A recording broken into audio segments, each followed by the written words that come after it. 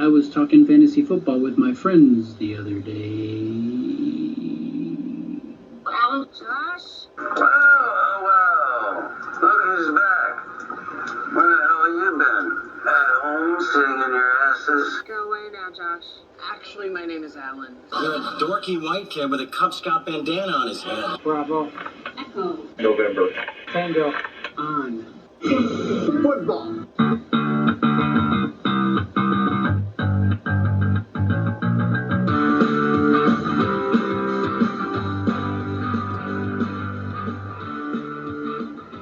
Welcome back, everybody, to week number 4? Week 2 of the regular season, this is week 5, isn't it? I don't know, 4 or 5. 4 or 5, yeah. We really don't count. We just kind of throw a number out there, so it really doesn't matter. But anyway, it's Wait a Alan and minute, Josh. let's 1, 2, 3, 4, 5, 10, 11. It's week number 12 of Benton. No? I think it's week 5. We'll go with week 5, yeah. 5, 4, whatever. Who cares? Anyway, so Alan and Josh back here with you, just as we are every week. This time we're going to have this show up in time. We had it a little bit late last week. It's not going to be an hour long this week either, guys. Yeah, Sorry for... Yeah, so, but we've got a lot of stuff to talk about with the upcoming week. We've got our bet predictions, we've got our gub, we've got all kinds of good stuff. So let's start out as we do every week. Let's crack open the cold ones. But before we do that, I want to talk about my can first. His week to go first. It's my week to go first. So my can is Go Bears. If you can't read that, let me get it a little closer. Look at that. Go Bears. Go Bears. As you guys know, this Sunday, prime time. And it's Justin Fields' first primetime game against the Bears. Against the Packers. Or, I'm sorry, with the Bears against the Packers. So, it's a big one on a lot of different fronts. We will talk about this a little bit more later on in the show.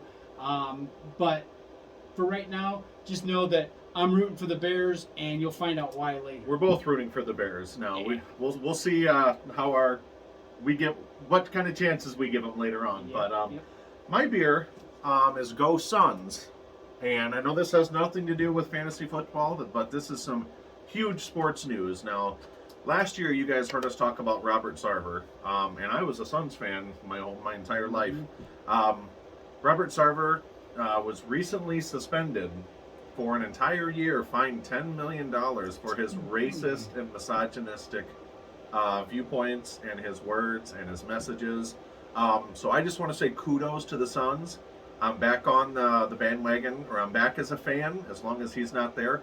Big news actually dropped today, too. PayPal CEO said that if Sarver still is remaining a part of that team, he's going to cut all ties with Phoenix Suns. So I think this is... Love it. Oh, I absolutely love it. And I'm surprised it took this long, but I think the ball's rolling.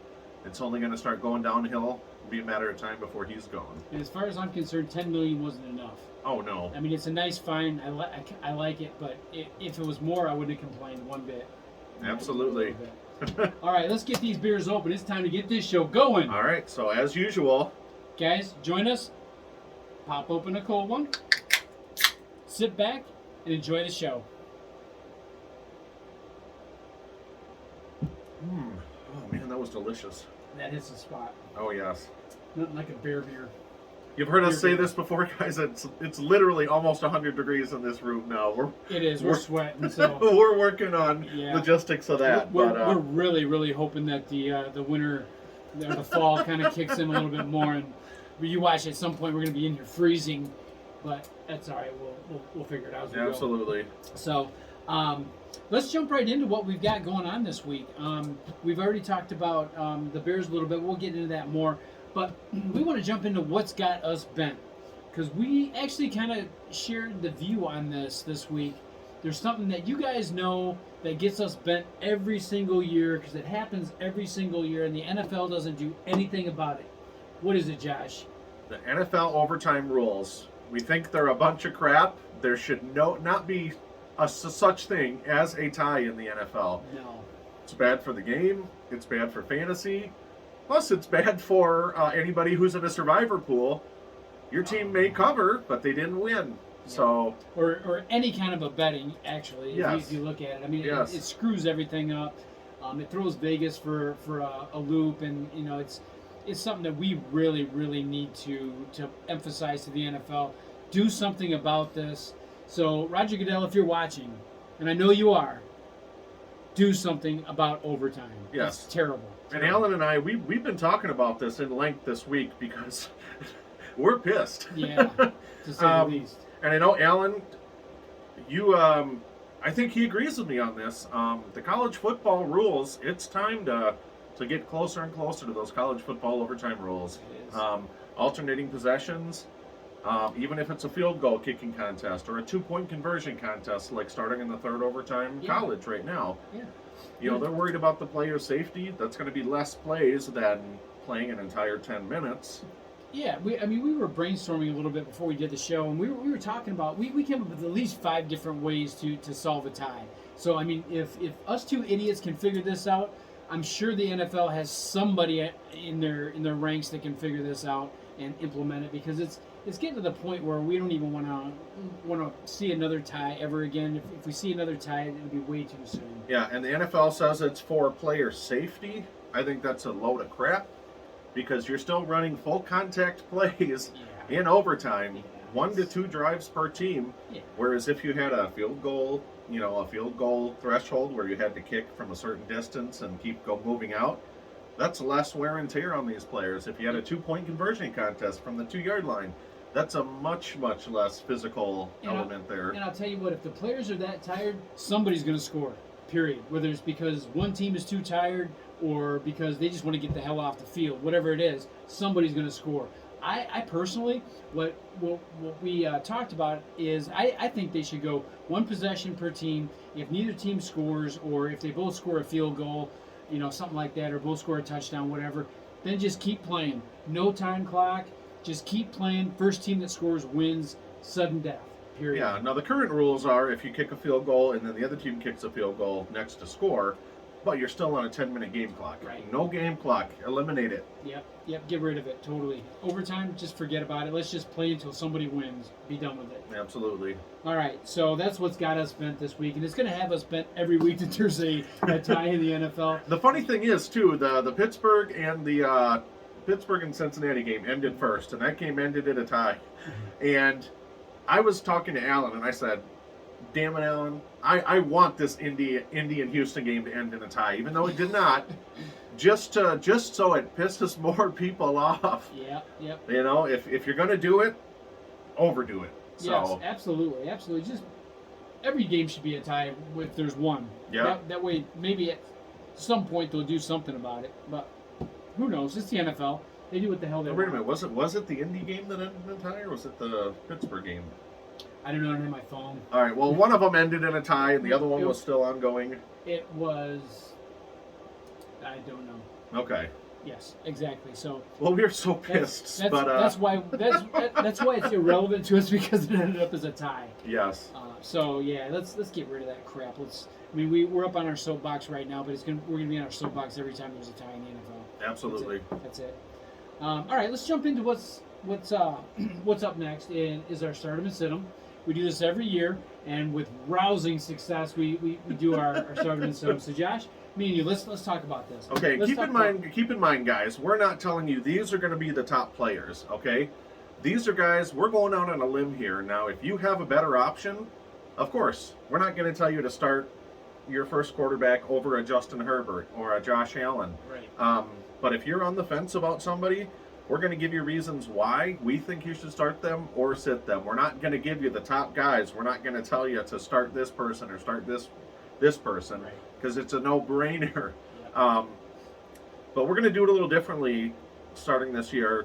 Alan, we're going to alternate. Alan's going to do starts this week. I'm going to do sits rather than each do our own, because a lot of the times we'd agree and we'd have to go pick a backup, and it kind of screws everything up. yeah, anyway. it just waters it down a little bit. So Yep. So yeah, we're gonna do that this year. This week I'll be doing the starts.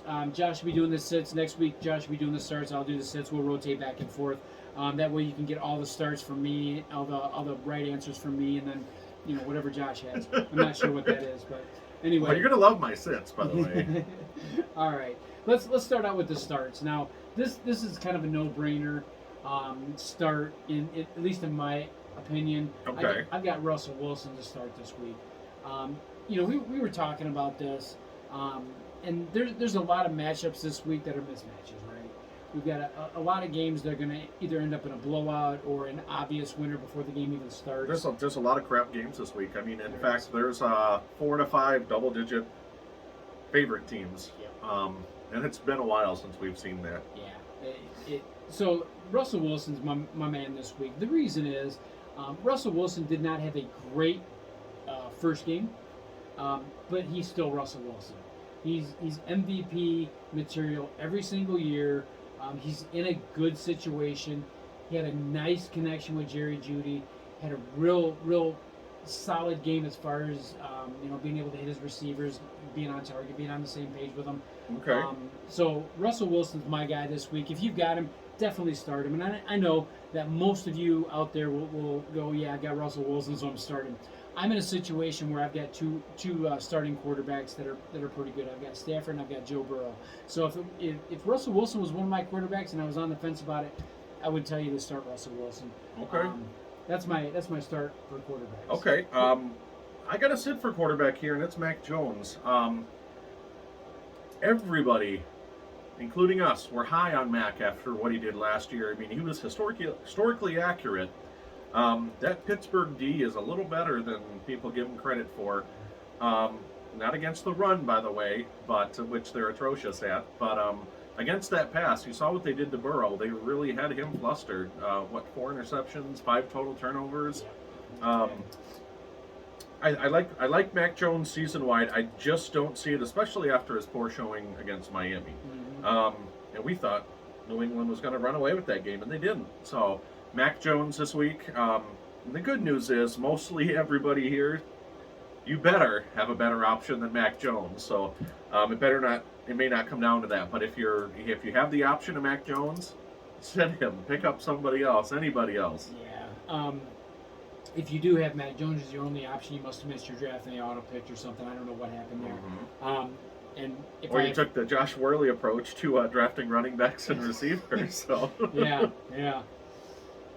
Anyway, moving on. So let's talk about the running back situation. So I've got a guy that may surprise some of you and may not surprise some of you. Najee Harris. The reason I picked him, they're playing New England. Pittsburgh's defense is good. There's no question about that. And like you said, Mac Jones.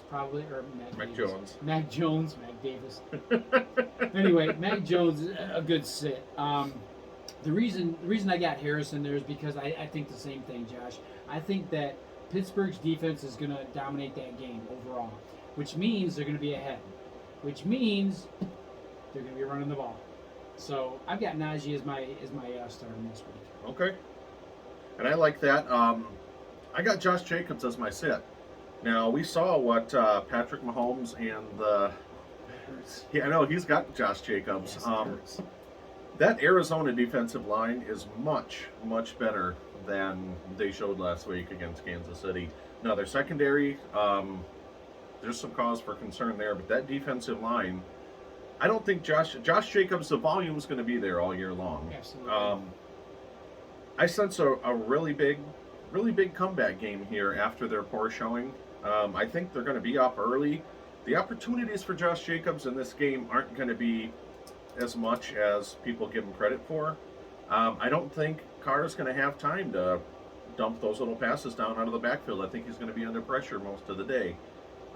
That being said, you should probably start Josh Jacobs because then he'll score 40 points for you. But I will. I'll do it. I don't like the matchup. In fact, I dislike the matchup against that Arizona D. Fair enough. I see your point on it. Obviously I've got Josh Jacobs. He's going to be my flex play this week. So I can't. I mean, I agree. I understand, but I don't necessarily agree. I won't go into a whole lot of detail on it, but I think Josh Jacobs is going to have a consistently good season. I think he'll be one of the go-to guys, definitely. Okay. But anyway, we can agree to disagree on that one. Absolutely. All right. So for wide receivers, I got for a stardom. You guys are going to like this one. I got Tyler Boyd as a start. There's a great reason why, and it's because T. Higgins is sitting down. Injury. He'll probably be back before within a few weeks or so. But until then, Boyd is going to be filling in for him. in that number 2 position. And excuse me. And I think not only does he have the tools to be successful, I think he's gonna. They're not gonna have a whole lot of choice. I think they're gonna have to dump down to him. Maybe a lot of short passes. Maybe he might stretch the field out a little bit. I don't know, but I have a feeling it'll be more of the short passes, a lot of volume. I think that's what I'm looking at this week, especially if you're in a PPR league or a half-point PPR league even. The volume is going to really make up for the aggressiveness in the yards with your team. So I'm going to say stick with Tyler Boyd as my Okay. And what Tyler Boyd, he's getting the look. So what were you telling me before the show here? So, where you're doing a little prep? And yeah. So 4 interceptions for Burrow. 3 of those were intended for Boyd. Now again, T. Higgins was out, so it kind of goes without saying he's going to get more volume. But 3 of those were intended for Boyd, wound up as interceptions. 2 of those were Burrow throwing, just making bad decisions or throwing into the wrong coverage type of thing. But the other one was, I believe, and we talked about this, it was a tip pass that they kind of never even got a chance to get to him. So not really anybody's fault other than the good defensive play. But Tyler Boyd's my man this week. I've got him on one of my teams. He was sitting the bench last week. He'll be in the starting lineup most likely this week. Okay. I do like that pick. Like we both saw, he was targeted last week. Just couldn't come up with them. Michael Pittman for against Jacksonville. I love Alan. You love Michael Pittman this year. The targets are going to be there. He's a clear-cut number 1. He is injured, and right now there's an outside chance he could miss this game. Without 100%, I like what Jacksonville really did, even though they're playing Washington. They really silenced McLaurin for most of that game. Jahan Dotson for most of that game. So that secondary, that Jacksonville secondary, really put those receivers in check. Now, not to mention, that Indy offensive line is not very good. Okay? I think Jacksonville is going to be able to get pressure on Matt Ryan. Michael Pittman, any other week, if he was 100% healthy, and John Guru Hansen used to say this about Calvin Johnson. I don't care if Calvin Johnson is playing God. You start him every week. I would say that with Pittman if he were 100% healthy. But with that injury, I just don't see a lot of work for him. Fair enough.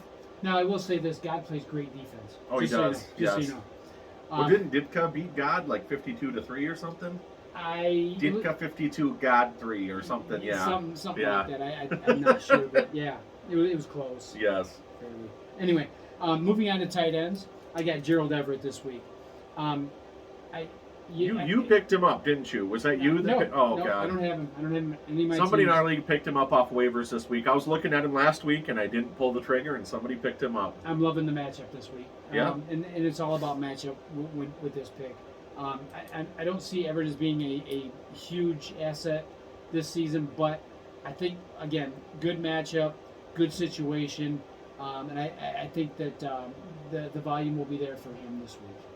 Okay, I like that. One guy that we were kind of said would be a sneaky pick, Albert O out of Denver, the tight end. Russell's been looking for him, and we both like him season-wide as a sleeper now. We're not going to go on a limb, say he's top 5, 6, anything like that. But they're playing Houston, and Houston is very, very tough against those tight ends. They're not very good against the passing game. Houston's not, but they really shut down over the last part of last season, second half of last season, and week 1. They really shut down those Indy tight ends. So I don't see big things happening with Albert O this week. Not to mention Denver's one of those double-digit favorites. They're not going to need to go to him this week, so the volume is not going to be there. Yeah, I agree. I'd like that sit him. To be honest with you, I really like that sit him. I know you don't like the Jacobs or the Pittman. No, I don't like either one of those, but the Mac Jones and the Albert O, yeah, I'm totally on board with both of those. Notice how we didn't say his last name. It's Albert O. Okay. Albert O. Okay. All right, let's jump into the thing that we're going to be doing every single week this Every week. single week. And we came up with this idea last week because Cooper Cup's volume. Now, we did see some other receivers get big volume, but not like this. So we're doing our Cup Watch. So after 1 week, and we'll come back next week, we'll see where this changes, see where this moves. But targets, 15. Receptions, 13. Yards, 128, which doesn't sound like a lot on 13 catches. 1 touchdown. That's still close to 30 points in a PPR, especially if you have that's over 30 points if you have those yardage bonuses. So what we did is we extrapolated this over an entire 17-game season. Now, I told Alan this won't happen over a season, and he reminded me this may not happen over an entire season, but he is on pace right now for 255 targets, 221 catches, just under 2,100 yards at 2,096, and 17 touchdowns. I don't see the 17 touchdowns being that big of a stretch. Randy Moss had 20. Yeah. You know. Yeah, I don't see. Yeah, I don't see that either. On about 2/3 of the targets, but it could happen. It could happen. So let's see what happens this Sunday. Now they are big favorites as well. They could get up early and abandon the Cup. He may sit the second half if they're up 31-zip. But, yeah, who knows? But who knows? So yeah, but nonetheless, over the course of this season, he's going to be a big part of that offense, obviously, and it's going to be interesting to see how this whole thing pans out throughout the season. It'll be good to see where Cup ends up because yes, that's a lot of catches he's pacing at right now. Yeah, it's crazy. Now, before we get into the next one, we were kind of talking this week throughout over the week, over the last couple of days and so forth. We usually do a weekly recap. Now, being week 1 of the football season, a lot of weird stuff happened. We did have some real big performers. Notice the receivers just went off. The alpha receivers just lit it up this week. A few outliers as well. Carson Wentz, who would have saw that performance coming? Some big injuries. We're going to have to watch those the next couple weeks. But there's not a whole lot of news that really noteworthy to us. We want to give it at least another week until we can really see where some of these players are trending, because there were a lot of players, in our opinion, that might have fluky weeks that went off for 30-something points, or that were held less to 10 points that should have gone off. Yeah, or even minimal points, even above 10, but still minimal points. You know, that should have actually went off, like you said. Yeah.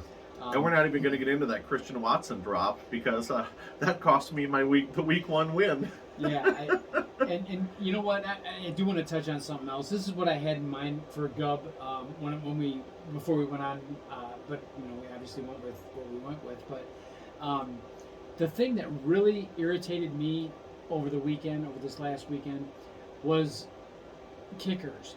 Yeah, I know, kickers irritated me. You know why? Because nobody wanted to win the game with a kick. Yeah. It was terrible. That Cincinnati game, there was a missed extra point, or a missed field goal, a missed extra point, a missed field goal, another missed field goal, and they finally won it.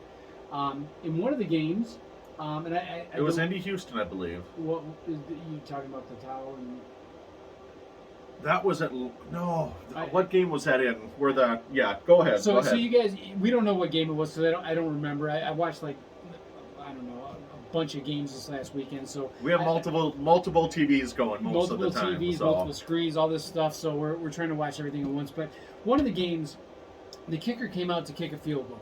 He walked over with a towel, dried off the spot where the ball was going to be placed, and then took the towel, threw it away from him, a couple yards away from him, whatever it was, and was called for a unsportsmanlike conduct penalty, which. That's it. I give up. If these are going to be the rules, what's the point of even? I mean, they protect quarterbacks way more than what they should now. Then they're going to throw the flag for somebody throwing a towel on the field. Come on, it's ridiculous. It is. I agree. I don't know what the hell the rule was, because I really don't care. But what I do care about is them getting rid of it, whatever it is. So the kickers in general, this last weekend. As a whole, we're terrible. We're absolutely terrible. Yes. Whether it was because of penalties, whether it because of they can't seem to put the ball between those two uprights. I don't know what it is, but it was just annoying to me the whole weekend. Yeah. A lot of stuff that really got us, but I went to bed Sunday night and had dreams about kicking my own damn field goals.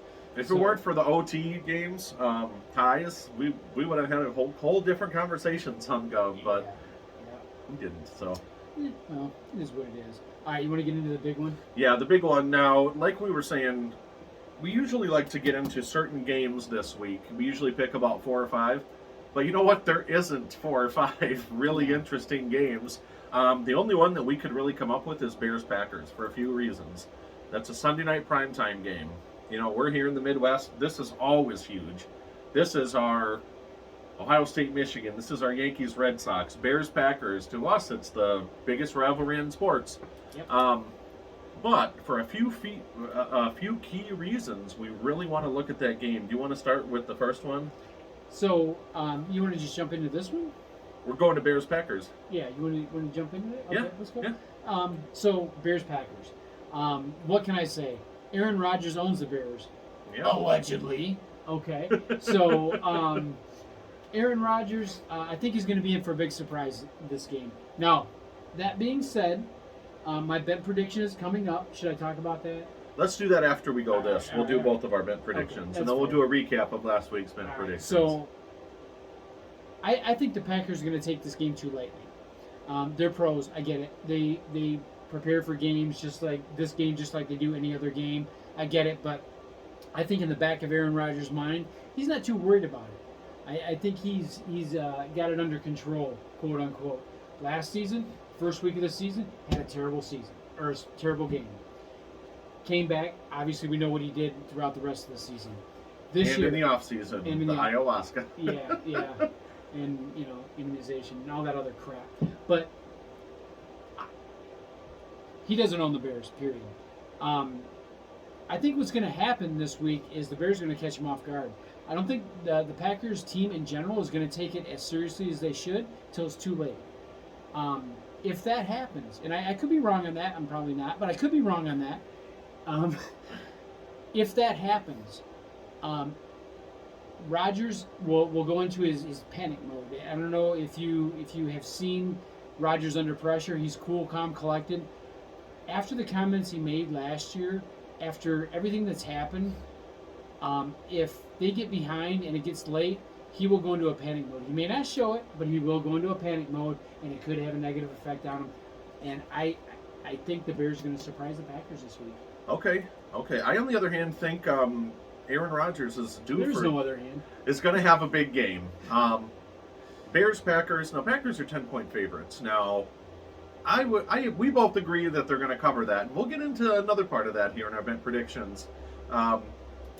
Bears, historically, over the past 5-10 years, have played the Packers close. Mm-hmm. Okay, whether it be a 10-3 game or a 35-28 game or the Chris Conti game, which we wish we could get out of our memory, but we can't.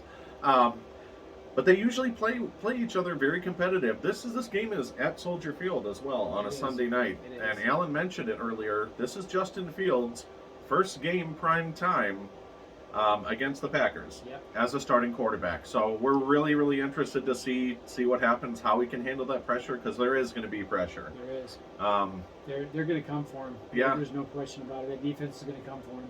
and that pressure of being the only game on, you got millions and millions of eyes watching you. Yep. So we can't wait to see what happens there. But yeah, I think it's going to be a good game overall. I think it could be a high-scoring game, or it could be a defensive battle. I do think Rodgers is going to have a decent game, though. Okay. I'll talk to you on Monday, and we'll see. Okay, and I want Fields to have a decent game. I'm tempering my expectations. Fair enough. Fair enough. All right. Let's get into our bet predictions, because I got to talk about this Okay. now that we've already opened up that can of worms. I got to talk about this. Okay, now. so let's recap last week, though. Oh, man, I want to talk about this. We will. Give it a second, Alan. Calm down. So I went 1-1. I picked 2 underdogs, moneyline winners, that I thought would win easily. The Giants, they won barely, but they did win on the road. They were one of the largest underdogs at 5.5-point/6-point underdogs. They beat Tennessee on the road. And I'm not alone in this one. We both thought New England would go into Miami and just handle them. And They didn't. That Belichick team did not look good whatsoever. Yeah. So I went 1-1. Alan went 0-1. Now this game, in my opinion, what you recap it? What was it was 44.5, I believe. Cincinnati, Pittsburgh. I believe it was. Yeah. You want me to recap it? I can recap it real quick for you. This is, you know how Chris Berman has the fastest 3 minutes in football? Yes. I'm going to give you the fastest 10-second recap that you can see. Burrow, 4 picks, 1 fumble. He sucked last week. Okay. Recap done. Yes. They ended at 40 points, so it could have hit the over were it not for those 5 turnovers on Burrow. Yeah, and that was the game changer as far as that goes. A little disappointing on my side of the my side of the fence looking at it. I don't know. Pittsburgh's defense is confusing me right now, and here's why. And I don't think it's as good as it showed last week. That's exactly why. I don't think they're as good as they showed, but I do believe they have a strong defense against the run. Or I'm sorry, against the pass. Against the pass. But not so much against the run. Oh, they're atrocious against the run. Right. And that's where it's confusing me is because that Pittsburgh defense is notoriously good for run defense. Not the pass defense. It's usually the other way around. It is. But this season? That steel curtain's more like a paper mache curtain this year. So it is. So no curtain, no dice. That's why my picks are the way they are this week. Okay. So we each picked one this week. I'm gonna go first, so we're gonna save the coup de grace for last because it's a bold bet prediction. I want it to happen, but I'm gonna let Alan finish with that. So my bet prediction this week: Pittsburgh is a 2.5-point underdog at home against a struggling New England team. I don't see why that line isn't flip-flopped in the other direction.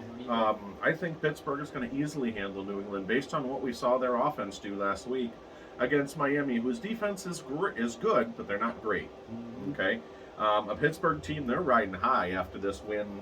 They should have had no business being in that game. I think they were a 6.5, 7-point underdog against Cincinnati. So I like Pittsburgh not only to cover that 2.5, but to win straight up. I don't disagree with that at all. As much as I want to, I don't. I want to add a little bit of flair to the show and disagree with Josh, but I don't. I can't deny it. I think you're right on tap with that.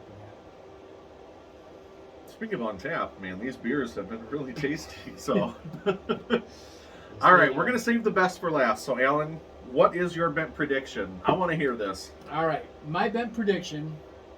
We talked about the Bears covering the spread, right? Yes, and I agree with you. I think they're going to play them close enough to cover 10 points. 10 I do points too. is a lot to be getting at home. Yep, it is. It truly is.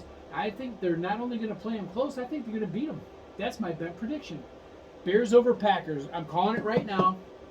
So the Bears are going to cover that. Now, just keep in mind, anybody who takes Alan advice, if the Bears do win, you're probably getting about 3 or 4 to 1 on your money, Yes. or on your entertainment funds. Yes. So yes, your entertainment. yeah. So just keep that in mind.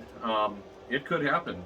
I think the Bears are going to look at those guys in the desert and they're going to give them the big middle finger. I think they're going to float the bird to them and say, you know what, Packers aren't who you thought they were. Yes, and I want the Bears to win. I think they're going to cover that. It could be a close game. I hope the Bears do win.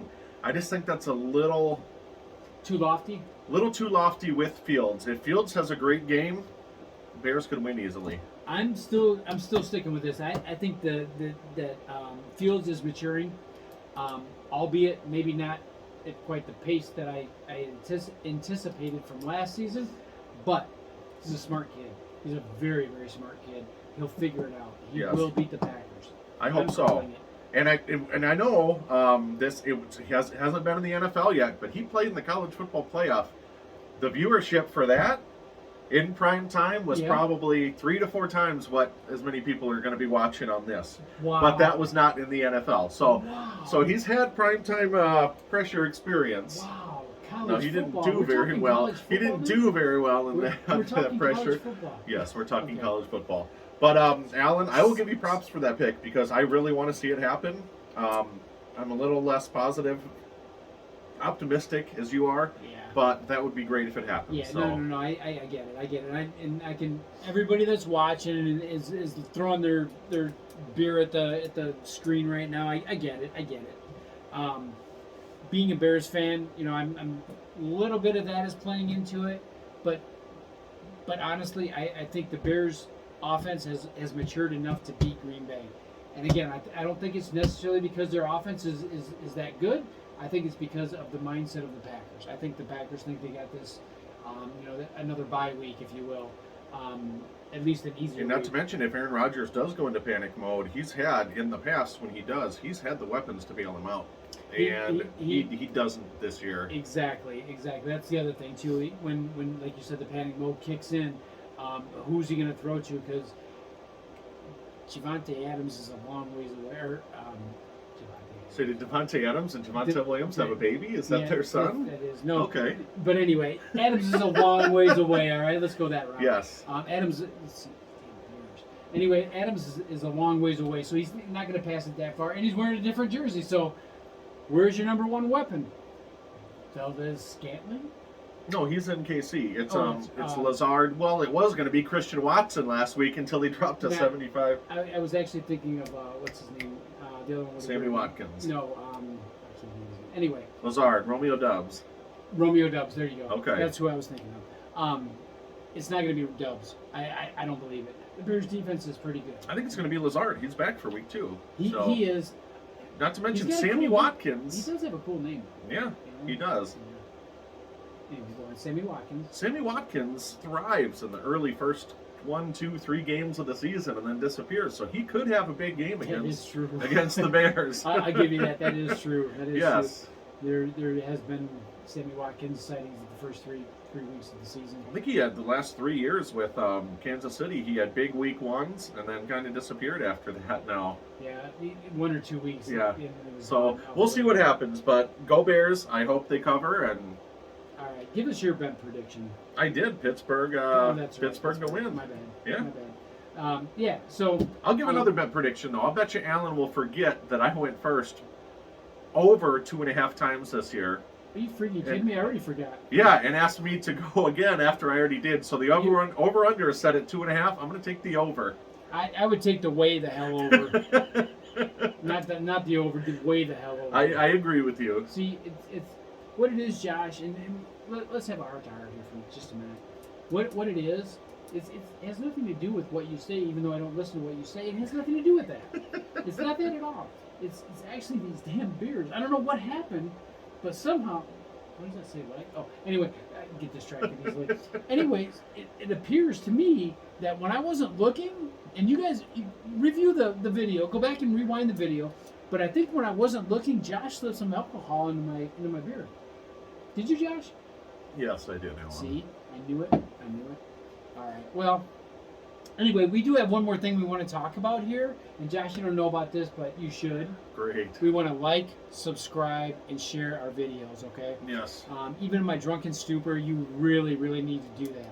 I think we did get a few new subscribers over the last week. We did. We had a couple new subscribers. So we're counting our way up to 1,000, and we're really, really, really, really far away. Yes.